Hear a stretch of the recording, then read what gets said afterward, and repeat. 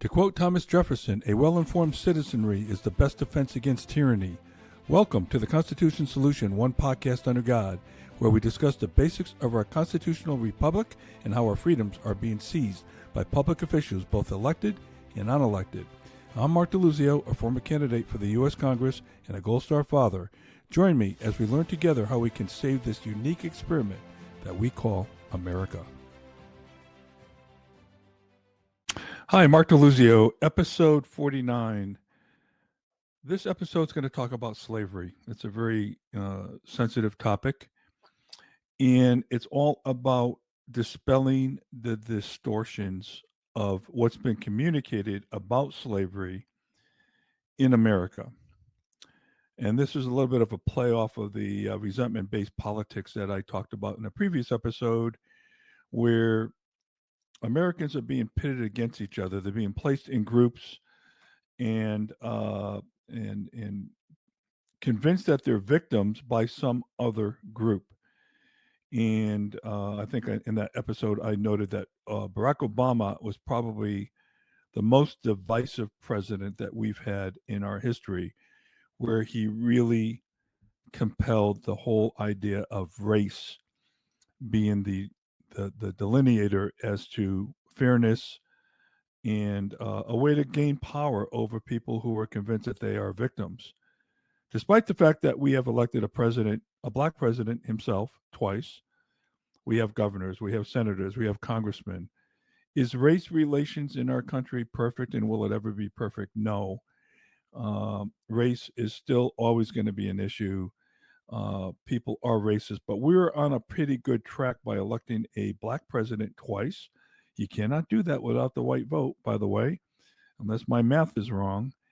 And I think he set us back on race relations big time. And you have to remember, community organizers, which he is, and race baiters like, Al Sharpton and what have you, do not make money when people get along, when there's no division. So we have to always remember to follow the money on any of this stuff. When you have the likes of Oprah Winfrey claiming that she's a victim of race, and Whoopi Goldberg, who reportedly makes $8 million a year on that crazy show she does, okay, sign me up for being discriminated against, okay, if that's the outcome, right? So anyway, this is an industry you have to understand, but part of this is slavery and how slavery is presented not only in the media, not only by politicians who are using slavery to leverage themselves with the black community, but also in our schools and how kids are taught. So I want to go through a little bit of history of slavery and dispel some of the myths and bring out some of the facts of what slavery was all about in America. Now, I want to go on record here, and again, the title of this episode is "Setting the Record Straight on Slavery in America." Okay, I have to make this disclaimer. This is such a sensitive topic. Just talking about it could put you in the category of being a racist. Okay, where people would say, "Well, look, he's agreeing with the founding fathers, or he is justifying the founding fathers who owned slaves." Okay, I want to go on record to say that slavery is a reprehensible doctrine. It's horrid and should never have happened and should never happen again. So let's get that off our chest right now. As a matter of fact, many of the liberals who support companies like Apple are buying into slave labor in China to make the iPhone and the iPad. I've been there. I've been to Chengdu, China, where Foxconn has their plants of 100, 200,000 people in one plant, many of which are women in child labor, okay?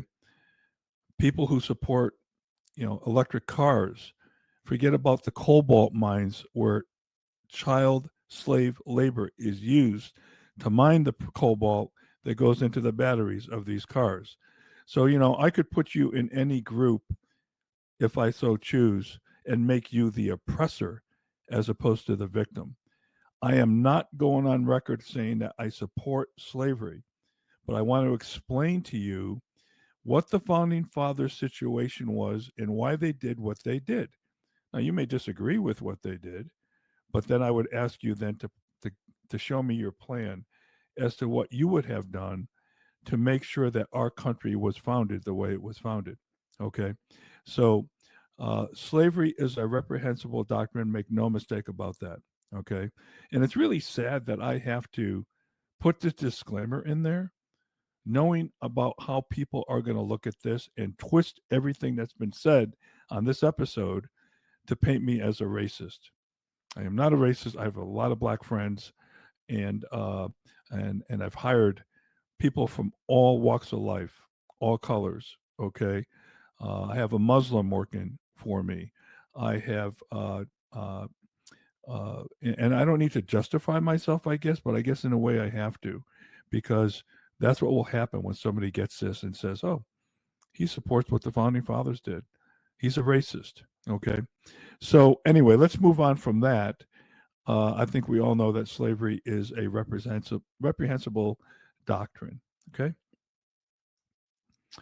Okay. Slavery in the 18th century. Let's talk about this. Okay. Slavery existed almost everywhere on the planet, no matter where you looked. It was a global practice. And by the way, it still exists today in many parts of the world.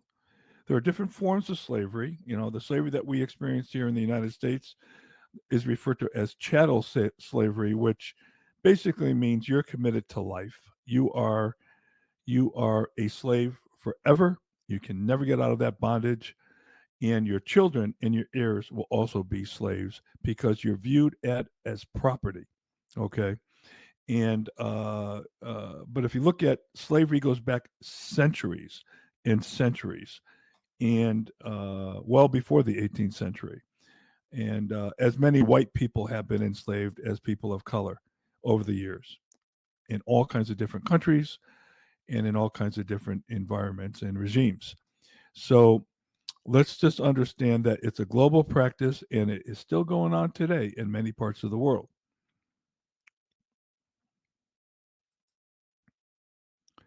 Now let's look at slavery in America. Here's the population of slaves in 1750. And if you're not watching on YouTube or on Rumble, I'm showing a chart here that has the southern colonies having 190,000 slaves out of a total of 226,000.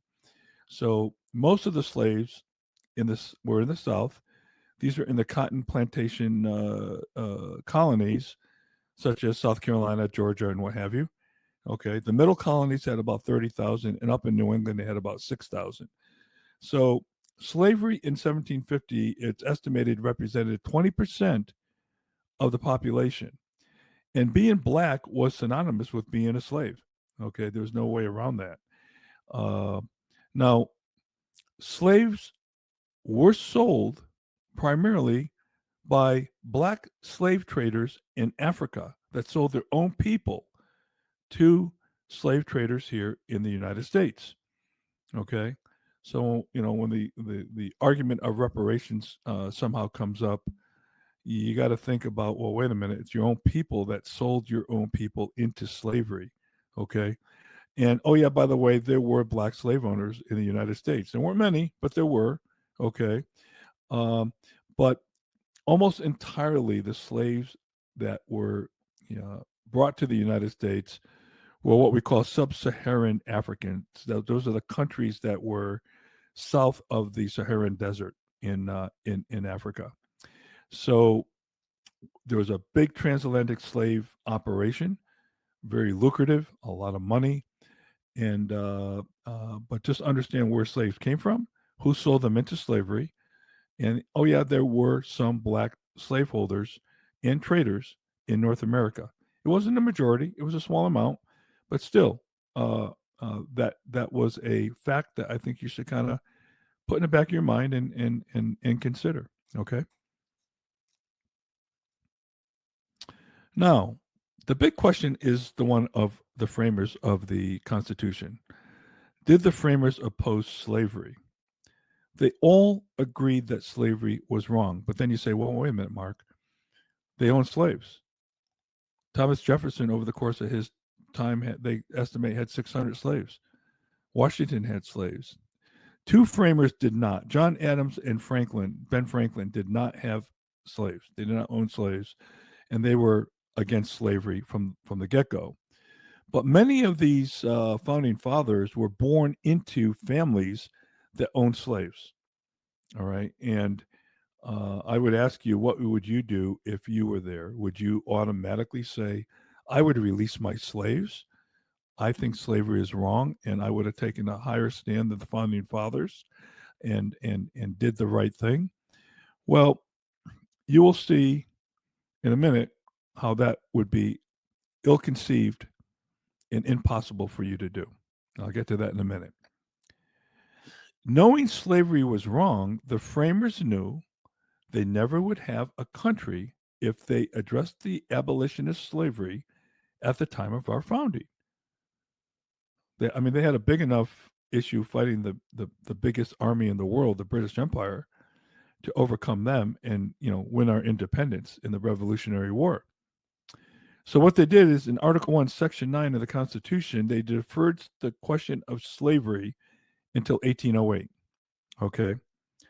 A little side note here is Thomas Jefferson, after his wife died, fell in love with a slave called Sally Hemings, and he fathered several children with her. Okay. And he wrote about this. And ironically, Sally Hemings came into his household at age 9 as a slave. She was the stepsister of Thomas Jefferson's wife. Thomas Jefferson's wife's father, his father in law, fathered many children through slaves. And you have to remember, women back then in the slave environment were used as sexual objects, and slave masters could have their way with them at any time of their liking. Okay. So Sally Hemings was a slave that came in at 9 years old. And as she grew up and Thomas Jefferson's wife passed away, he had a relationship with her, which was kind of interesting. Just kind of a footnote here, and there's a lot written about this. But even Jefferson called slavery a moral depravity and a hideous blot on our culture. So the founders were against it. And oh yeah, by the way, Thomas Jefferson also, when he penned the Declaration of Independence, put a clause in there to free the slaves, and it was taken out, knowing that there's no way we would have been able to do that and get a country unified if that was the case. I mean, remember the Civil War was fought over this issue, so they did not have the ability, and the wisdom was pretty great, believe it or not. As hard as it sounds, the wisdom was pretty great to think through and saying that we would never get a country here. They were kind of stuck between a rock and a hard place. Okay. And they deferred it into 1808 in the Constitution. Now, again, Jefferson also wrote law in the First Continental Congress to abolish slavery, and that was knocked down as well, primarily by the Southern members of that Congress, the Southern states.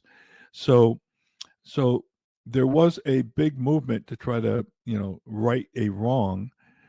Ben Franklin was an abolitionist from the beginning and did a lot, and so was Adams, but did an awful lot to combat the whole notion of slavery.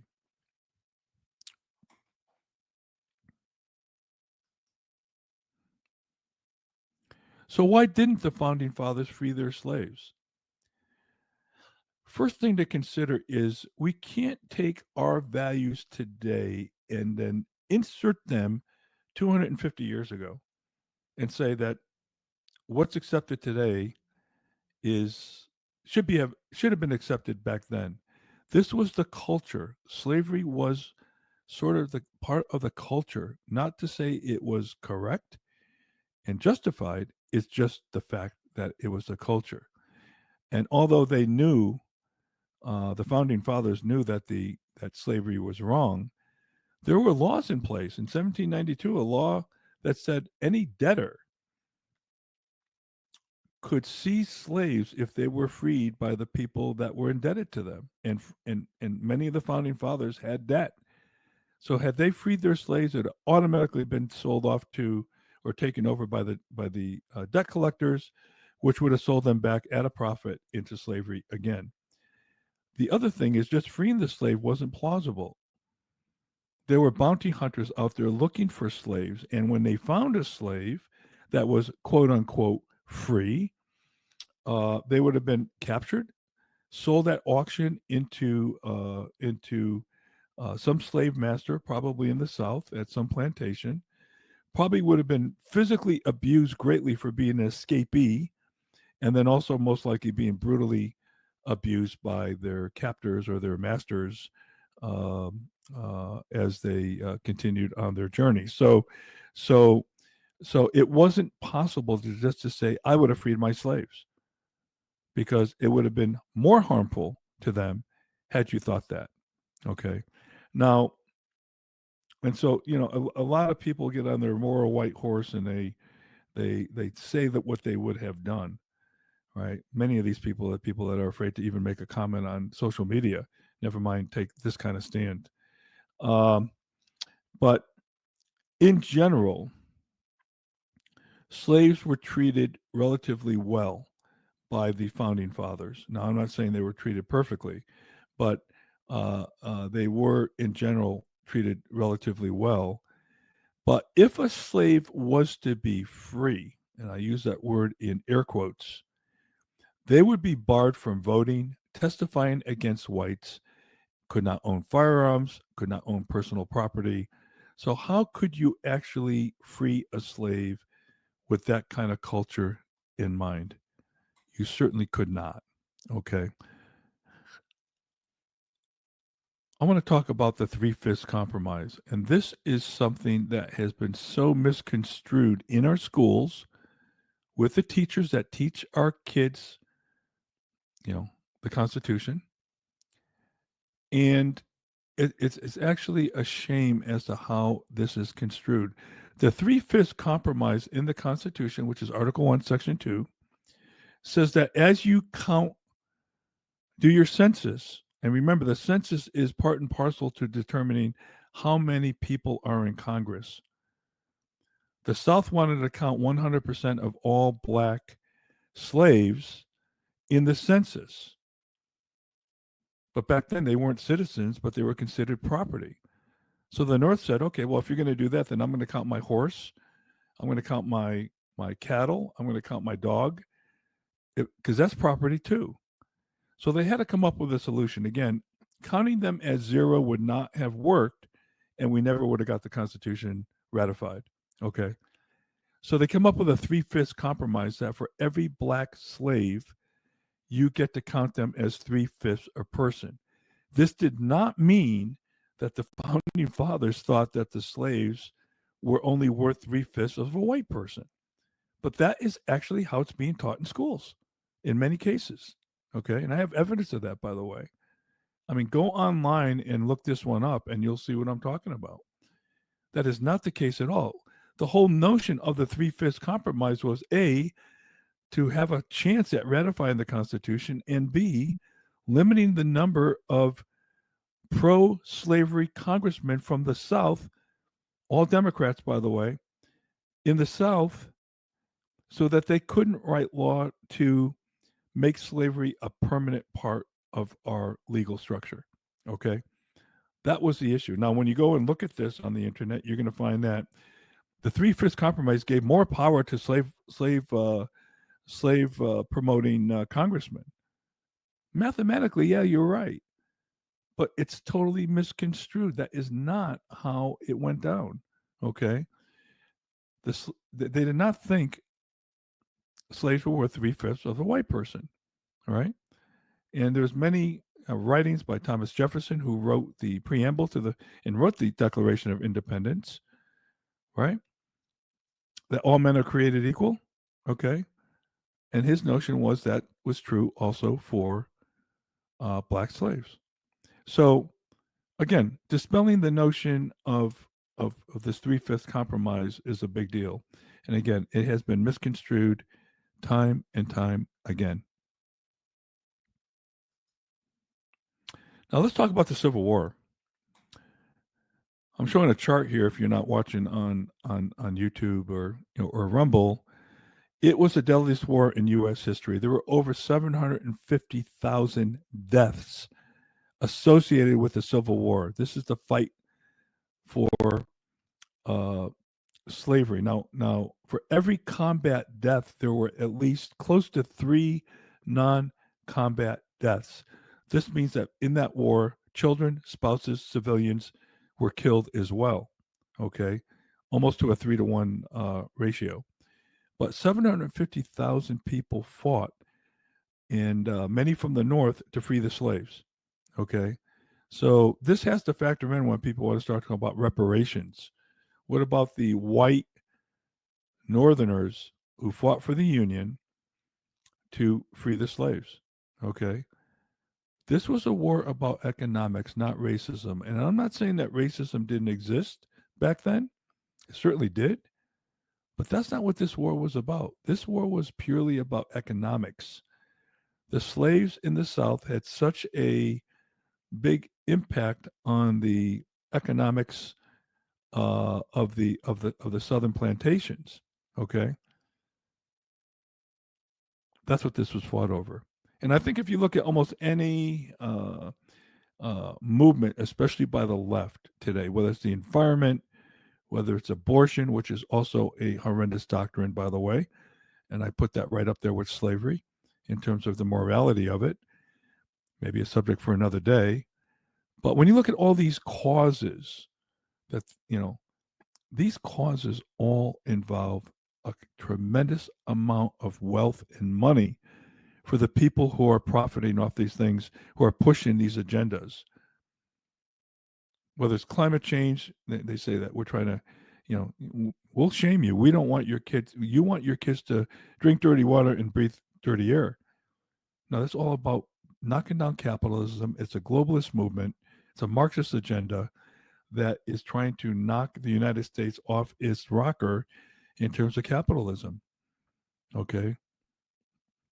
The globalists done a pretty good job worldwide in other countries, but they're having a tough time with the US. So it's all about the money. The climate change movement, it's all about the money. Okay.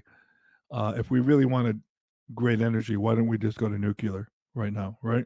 So think about that as you look at these issues. Slavery was no different. Slavery was a war of economics. Okay. So you look at the deaths coming out of the Civil War compared to some of the other wars that are shown on this chart, they all pale in comparison. Maybe not World War II, which is about 50% of the Civil War, but all the rest of the wars. And by the way, all these wars, most of these wars were unjustified and unconstitutional. Uh, the Vietnam War, some 58,000. Korean War, I believe, was some 37,000 deaths. And you get down to the war on terror, Iraq and Afghanistan, of which one of those was my son, was considerably less, but there really should have been nobody that died in any of those unconstitutional wars. Again, I've got episodes on this, and that's a subject for another day. But there was considerable pain and suffering and death, not counting the maiming, the wounding, um, the economics of freeing the slaves. Okay. The Civil War was the deadliest war in our history. So now let's take your attention to the 13th Amendment. The 13th Amendment was ratified in 1865 after the Civil War was over and the North prevailed. And I got a chart on here, if you're not looking at the screen, that basically has 100% of the Senate and the House on the Republican side voting in the affirmative for the 13th Amendment, which basically abolished slavery. Okay. When you look at the Democratic side, only 16 House and senators voted yes, and 55 Democrats voted no. Okay. When we ratified the Constitution with the 13th Amendment, we needed 2/3 vote to be able to pass this with the Senate and the House, and we barely made the 2/3 vote. As you can see, with 50 House members voting no, okay, that 2/3 compromise was huge because had they counted slaves 100%, I'm sorry, 3/5 compromise, had we counted slaves 100% in the census as opposed to 3/5, there would have been more congressional districts and more Southern congressmen that most likely would have voted no, and this 13th Amendment would have been defeated. So let's tie that back in again. The vision that they had to do this was genius, and it worked. And that 3/5 compromise did save the Union many years later. Okay, we're talking almost 100 years later in 1865 by passing the 13th Amendment.